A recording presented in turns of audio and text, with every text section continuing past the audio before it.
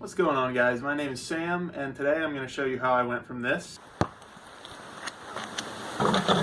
to this. Okay, so I just want to clarify before we get into the video that I'm 6'7" and I've played junior college basketball for the past 2 seasons.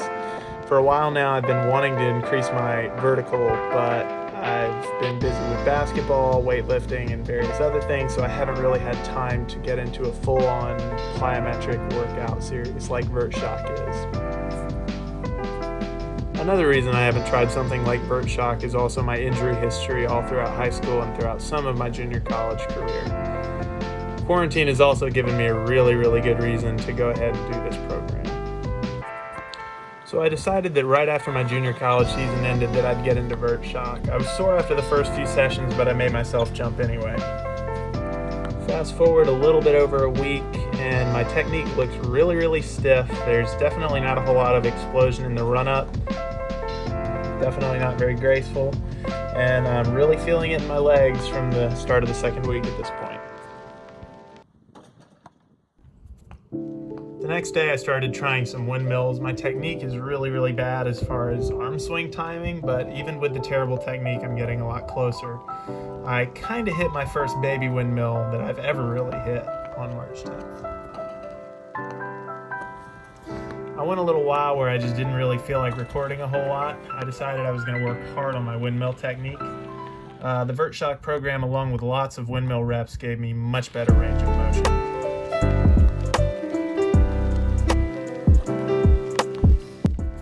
3 days later, some steady progress with my technique. I made a video of the side view of my dunking. You can tell a lot better from this angle that it's a really legit windmill. And I've also never been a 1-foot jumper, but some of the program really helped awaken my 1-foot vertical. April 18th, my windmills seemed about the same, but I was recognizing a great improvement in my 1-footed jumping, so I recorded a session. Here a while later, I just turned on the camera to show off the improvement in air time that you can't always tell from the windmills. Now at this point my Vert Shock program was over, and I slowly but surely started making progress due to the reduced strain on my legs. I still was doing lots and lots of jumping, lots of dunking, but like I said, some of the load was taken off when I stopped Vert Shock. Finally, just to prove that it wasn't just on my front yard hoop, I went out in public. I don't usually like to record myself in public, but the bounce felt really good, so I had to get over it. You might notice me hitting my wrist on the rim here rather than just my palm, which is more impressive, but also more painful. So overall, I'd really recommend the Vert Shock program, particularly if you have good strength in your legs, but lack explosion and technique. For me, it always worked to have jump sessions immediately after my workout because I always felt pretty warmed up, not too exhausted to jump. I understand that weightlifting, in addition, really helps, but as far as adding that on to like my basketball routine, weightlifting just didn't really seem like it just seemed like it was going to knock something out that I really didn't want knocked out of my priority list.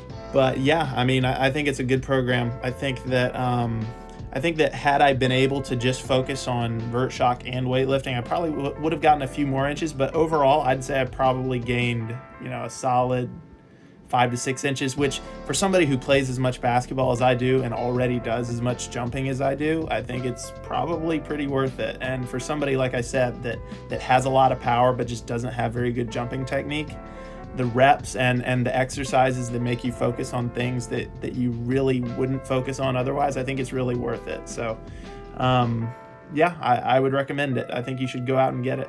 But anyway, guys, that's going to do it for this review. I'm definitely interested in making more videos like this in the future.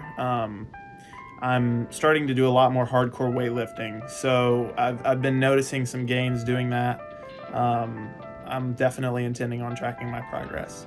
But as far as basketball workout ideas, vertical ideas, stuff like that, I'm definitely open to making videos, giving y'all advice, answering your comments, whatever.